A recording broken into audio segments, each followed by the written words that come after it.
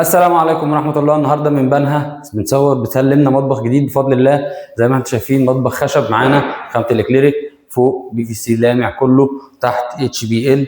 خليك معايا هقول لك التفاصيل، الاجهزة، الماتيريال، كل حاجة عملناها في المطبخ ده. خليك معايا وانا هقول لك على كل حاجة. يلا بينا، ايه رأيك يا عم؟ لا، المطبخ جميل بسم الله ما شاء الله يعني، والدنيا كلها تمام. في البداية طبعا احنا بيبقى عندنا كام حاجة كده بتحكمنا في أي مطبخ بنشتغله لما بيكون متشطب، مش احنا اللي مؤسسينه.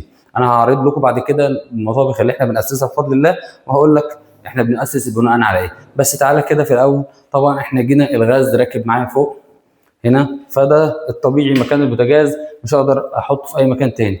والحاجة التانية، والحوض متأسس له هنا، فخلاص ده مكان الحوض. والمطبخ هنا ما فيهوش غسالات لان ده بيت عيله، فالدنيا واسعه في البيت، فالغسالات في مكان تاني مش في المطبخ. فعندي هنا بوتاجاز، الحوض. طبعا عشان احقق بقى مثلث الحركه، فما رضيتش ان انا اجيب الثلاجات هنا بحيث ما بعدش الدنيا عن بعضها ويبقى في مسافه كبيره، لا حطيت هنا ثلاجه، حطيت جنبها الديب فريزر، فصلت بالقطوع دوت، وجيت هنا عملت الحوض بتاعي، وكمان جنبه درج صغير واثنين تربو للخضار.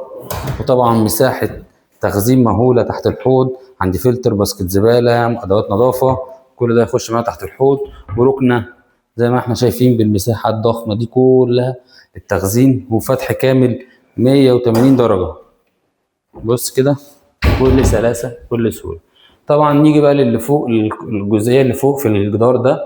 في البدايه طبعا رحنا عاملين هنا دولاب تخزين، مساحات كبيره جدا، وفوق الثلاجه وحده تخزين قلاب، وفوق الديب فريزر واحده تاني قلاب، وشكل ديكوري كده سيمبل وبسيط، تحط فيه حاجات ديكوريه تحلي شكل المطبخ. طبعا هنا منطقه الحوض، فعملت في السنتر بتاع الحوض مطبخيه. طبعا مش كل المطابخ بنعرف نعمل مطبخيه في السنتر بسبب الحوض ممكن يكون مترحل شمال يمين، في شباك في حاجه. عملت هنا يونت تخزين، وعملت هنا كمان يونت تخزين شمال ويمين، ودي ركنه زي الركنه اللي تحت، بس المره دي فوق. زي ما احنا شايفين مساحه التخزين كبيره جدا، اللهم بارك.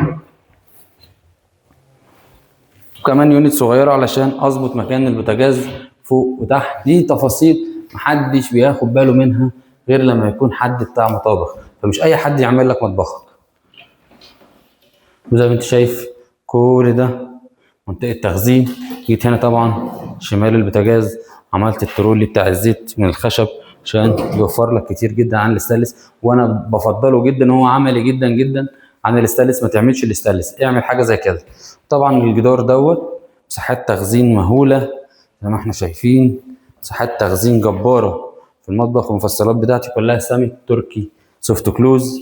هنا ادراج، حلل، درج صغير التوابل او المعالق، درج كبير الحلل او الصواني. وفوق برضو مساحات تخزين جباره ما شاء الله، اللهم بارك. عندنا قلاب سوفت كلوز، عندنا مساحات تخزين كبيره.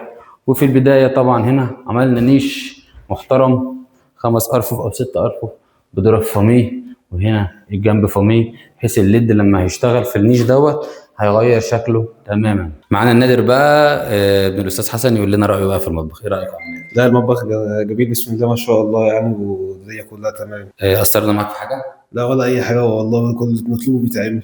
بس كده، كان معكم سلام عشري، اشوفكم المطبخ الجاي. سلام.